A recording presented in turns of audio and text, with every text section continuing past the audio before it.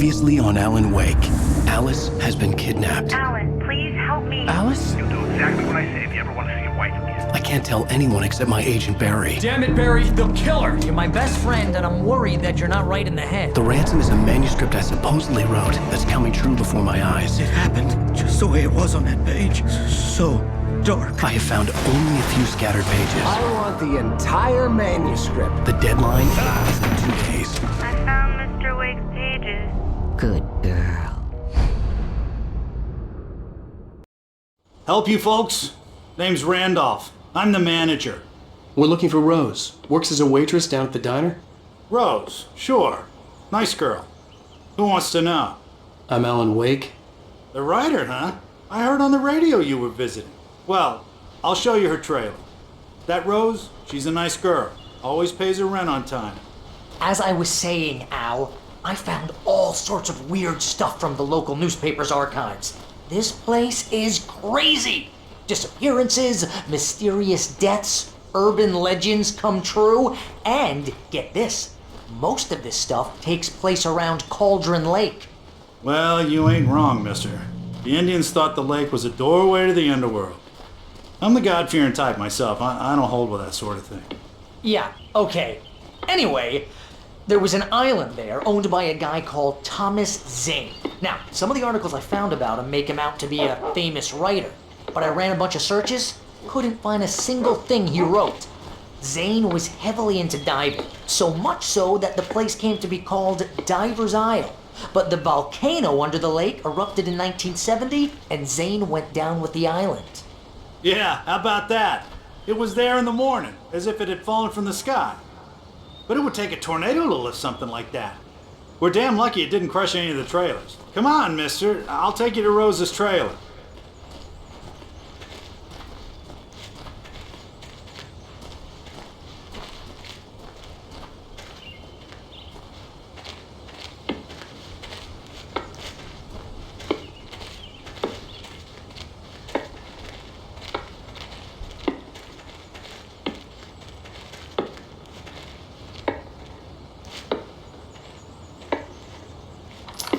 Better.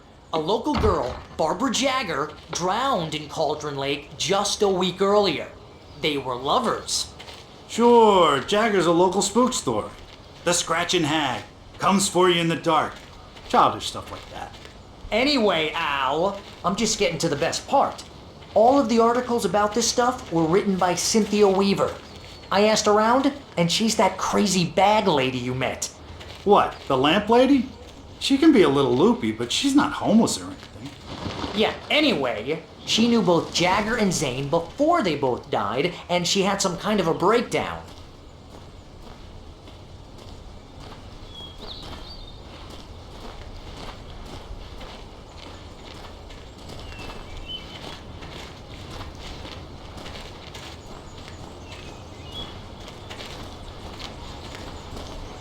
Well, mister, this here's Rose's trailer. You mind me asking what you want with her? We're just here to talk to her, pal.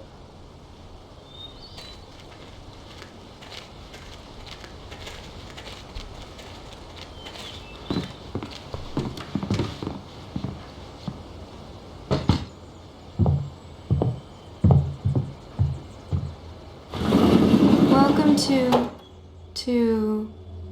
Oh dear, Mr. Wake. I'm so glad you're here. Rose, you have my manuscript? Oh, yes. Yes. Please, come in. Hey, this is really good. Rose, Yes, my manuscript. I really need it. I understand. I know what you need. A muse to inspire you. Oh, for Barry. She doesn't have anything. Yeah, hey, Al. Al, what's... Oh... Barry! What? What?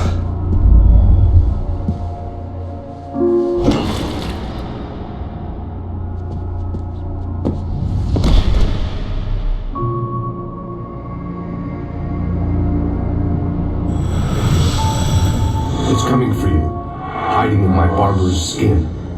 I'm I'm too weak to stop it. You must turn the lights on. I promised I'd come visit you and your lovely wife. You must finish what you started. I insist. You must turn the lights on. Turn the light on. Back to work, boy.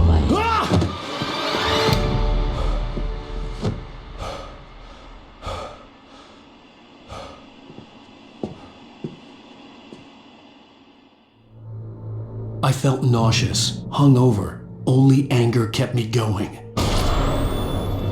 I can't tell reality from dream anymore, but it seems I have an imaginary editor to help me. She's an old woman in a funeral dress. I call her Barbara Jagger. She's very strict. I'm writing faster and faster. My manuscript is being heavily revised. The edits are getting very aggressive, and each day there's less of me and more of her. I hate it, but I know she's right. She promises me I can save Alice this way. She knows more of this than I do. About the complex incantation I'm attempting. About this place. She's worked with another writer under similar circumstances, Thomas Zane. The genre of the story seems to be shifting. It's turning into a horror story. I'm getting close. I can feel it.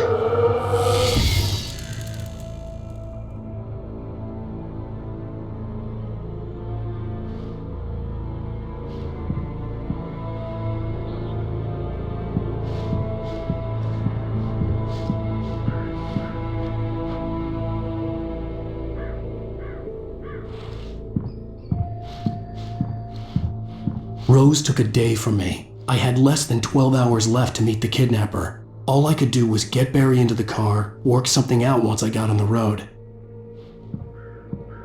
Barry was out of it. He was way too heavy to carry. You're right. I deserve more money. I'm so handsome. Welcome to the Oh Dear Diner. What can I get you today? Coffee? I couldn't work up much hate for Rose. Something had used her to get to me and left its mark. First refill is free.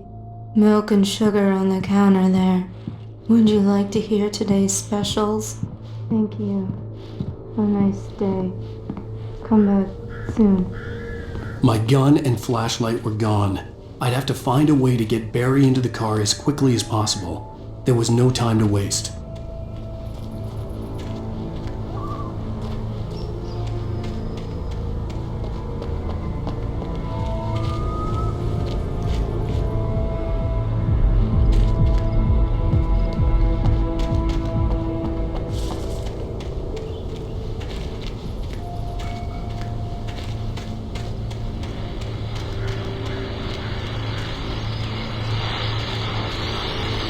I just stepped outside to catch a breath of fresh air. Let me tell you, the weather's getting heavy.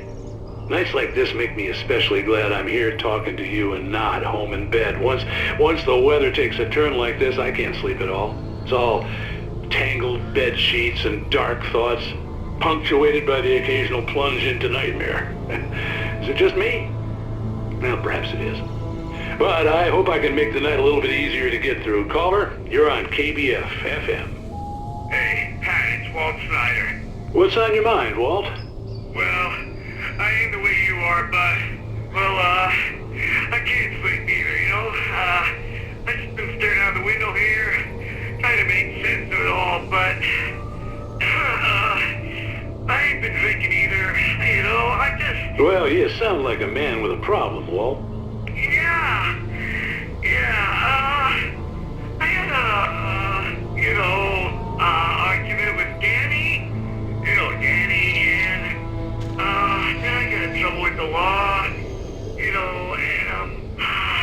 I'm just, well... I heard something like that, Walt. Yeah, well, he's, Danny's my best friend, and, they let me out of bail today. And now I'm just alone here at the window, waiting. Man, and there's something in the air tonight, man. I was just outside looking up at the sky above our broadcast tower thinking the same thing. What are you waiting for, Walt? I don't know.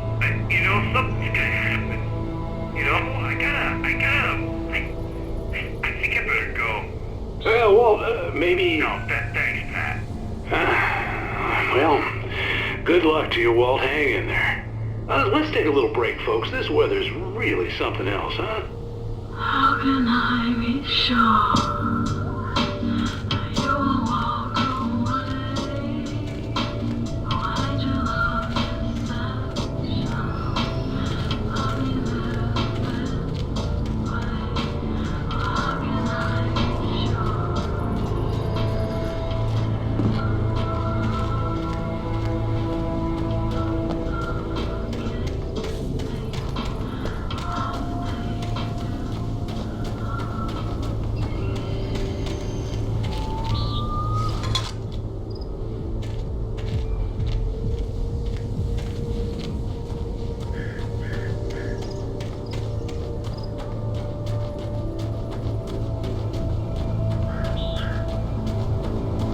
Oh, you're gonna get it now. God knows what you've done to that poor girl. This is Agent Nightingale, FBI! Get him up, Hemingway! You're under arrest! You move a muscle, I'll unload right in your goddamn face! Stay right where you are, Slade!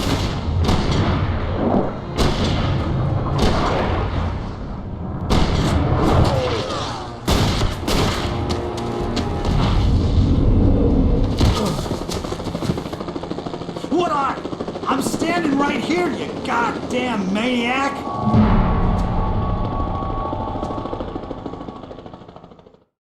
I hated to leave Barry behind, but there was no way I'd miss my appointment with the kidnapper. Give it up, Mr. Wake! Come on! Take it easy on him! Get after him! Don't let him get away! Move it! Move it! Move it! I'll have you shot if you let him get away!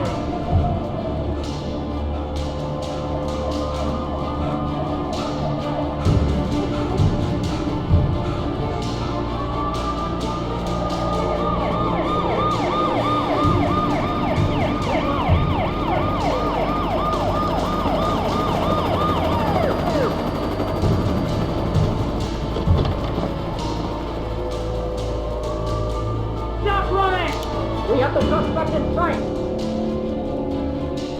Okay, man. Keep your eyes peeled. He's gonna try to make it through here. Where is he? Oh, damn.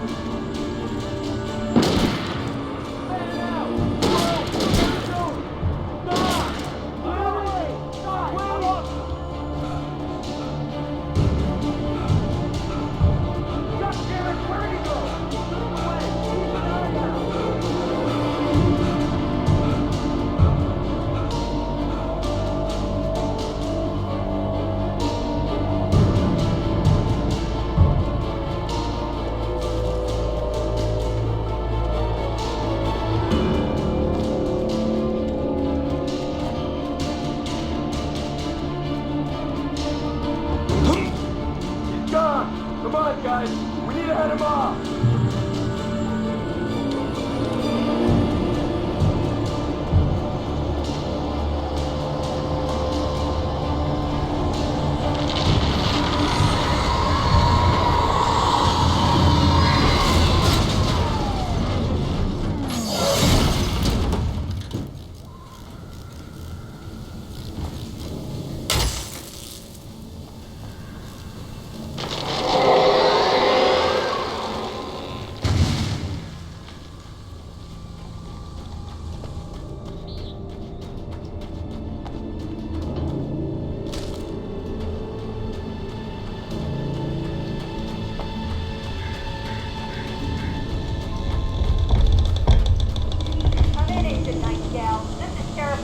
Over. Nightingale, over. What on earth is going on? My deputies tell me he fired at Wake and he didn't have a gun. You almost hit a civilian instead. Over. Sheriff, Wake's running. I'm giving chase. I don't have time for this. Well, make the time. You can't just go shooting at people in my town. Over. I'm a federal agent pursuing a fugitive. You want to discuss my methods, Sheriff? Make an appointment. Over. You stay right where you are, Agent Nightingale. I'm on my way. Out. The suspect was last sighted running along the boards and leads westward from the trailer park. All units are advised.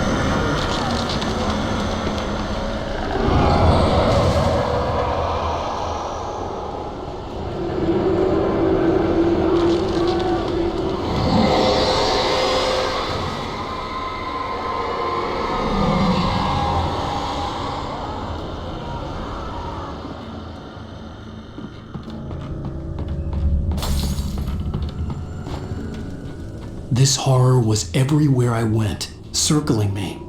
The cops didn't stand a chance. They were after a writer, not a monster.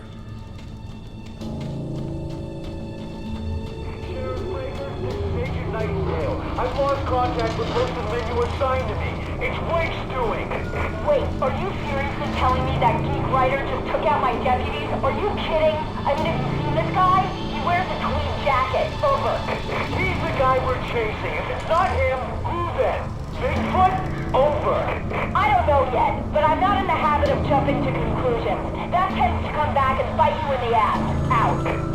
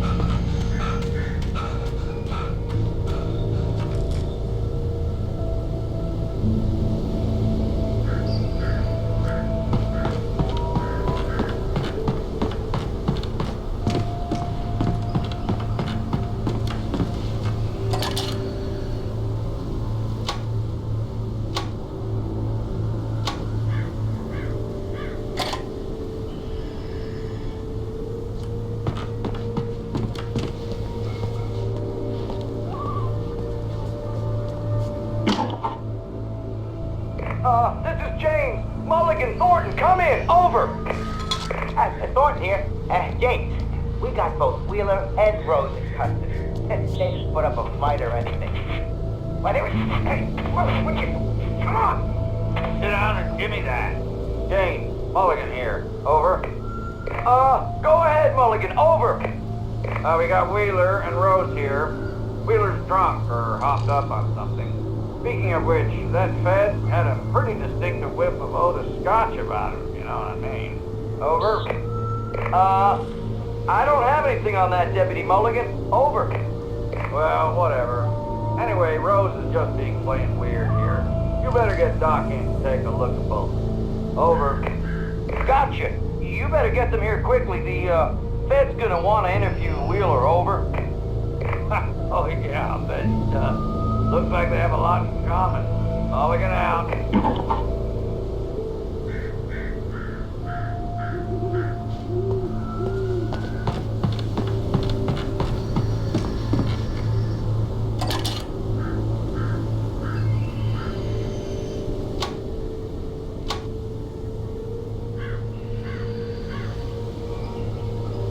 I could see the lights at the radio station in the distance.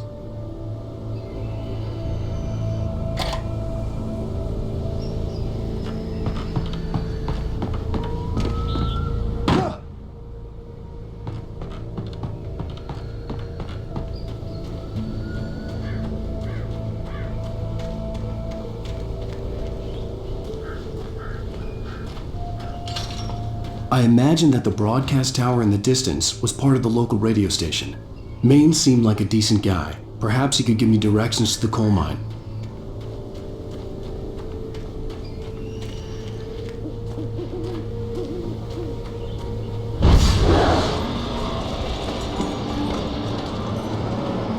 Unnatural shadows clung to the gate. The darkness that was after me was trying to stop me. I wouldn't get through without light.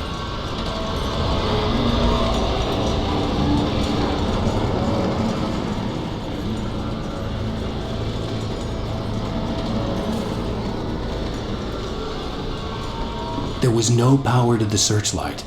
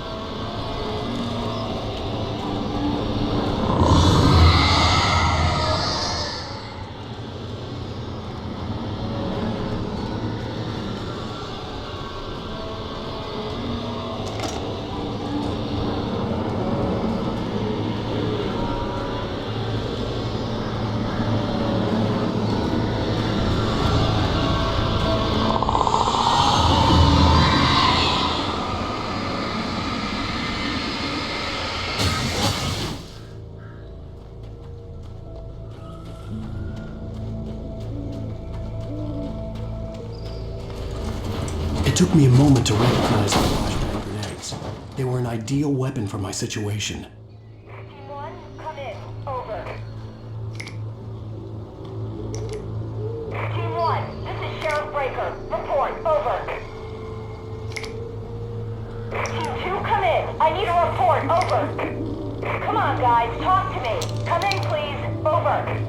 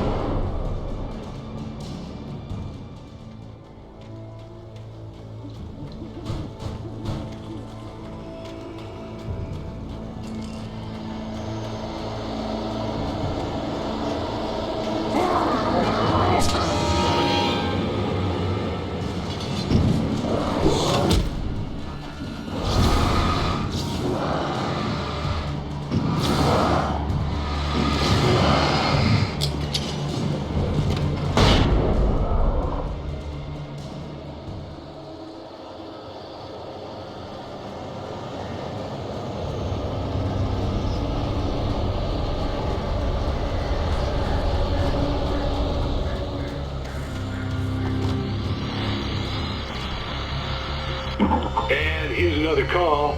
You're on KBFFM with Pat Maine. It's Milt Peabody, Pat. What's on your mind, Milt? Well, I live near the trailer park, Pat, and there's a big ruckus going on over there. Well, that's just up the road from me, too. What's going on, do you know? I don't know, but there's a bunch of police cars there, lots of sirens, a helicopter buzzing around, and I think I heard some gunshots. Gunshots? Yes, sir, like from a pistol. So can you find out what's going on? Because it's just next door and they're popping off guns there. They're still shooting? No, it was maybe 10, 15 minutes ago. It sounds serious, Pat. I'm telling you, it don't sound like no party. Well, I'm certainly going to give the station a call, Milt. Okay. You'll hear it here as soon as I hear from them. Okay, thanks.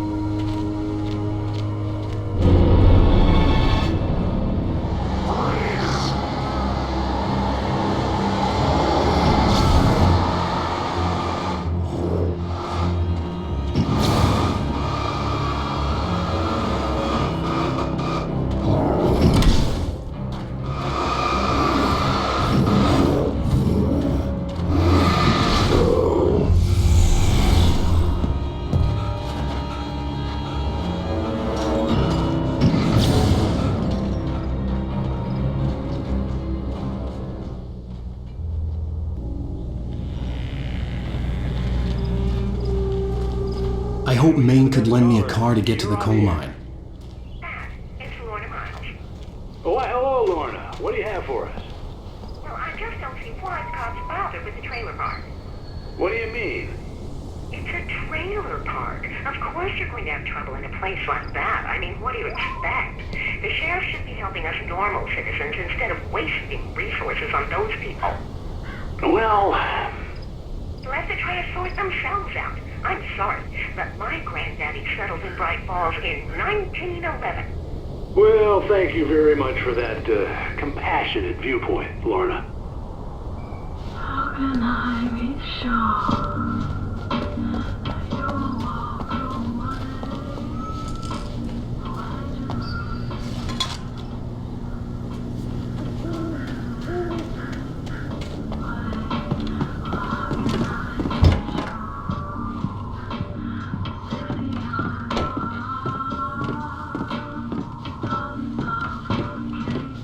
Oh, here's a little surprise. The famous writer Alan Wake just walked in. Folks, I'm going to see if I can talk him into an interview. Come on in, Mr. Wake. Oh, I'm so glad you could find the time to do this, Mr. Wake. Nowhere to run down, Brown. You back away from me. Don't hurt. Whoa. Everyone calm down. Put the gun down. We're all friends here, right? Cool your jets, Nightingale. We got him. What the hell's the matter with you? There's a civilian in there.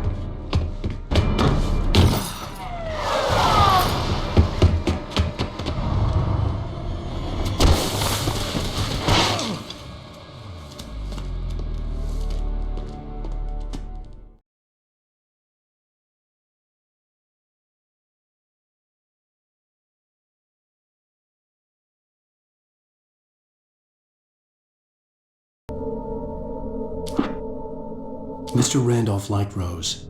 That little smile she had. How she was still sweet when life had tried so hard to make her bitter. It wasn't any of his business what she did in her trailer. But those strangers, the writer and his smart-ass sidekick, looked like trouble. And they'd been in there for hours, way past her normal bedtime. He reached for the phone and called the sheriff's station.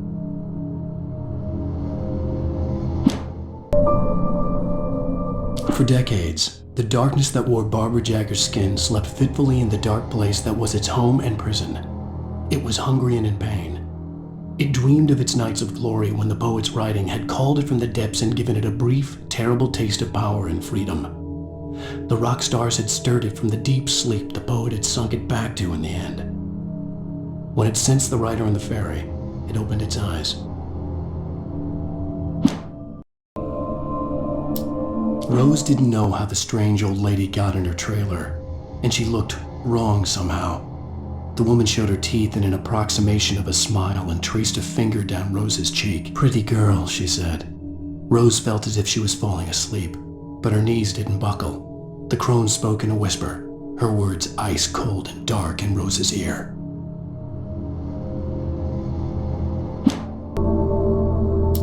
Touched by the dark presence, Rose was lost in a dreamland where everything was drawn in black and gray crayons. The old lady had promised her that all her wishes would come true. She would be Alan Wake's muse. She was smiling so hard it hurt her face. She crushed a bottle full of sleeping pills into the coffee. Deep down inside, she was screaming in terror.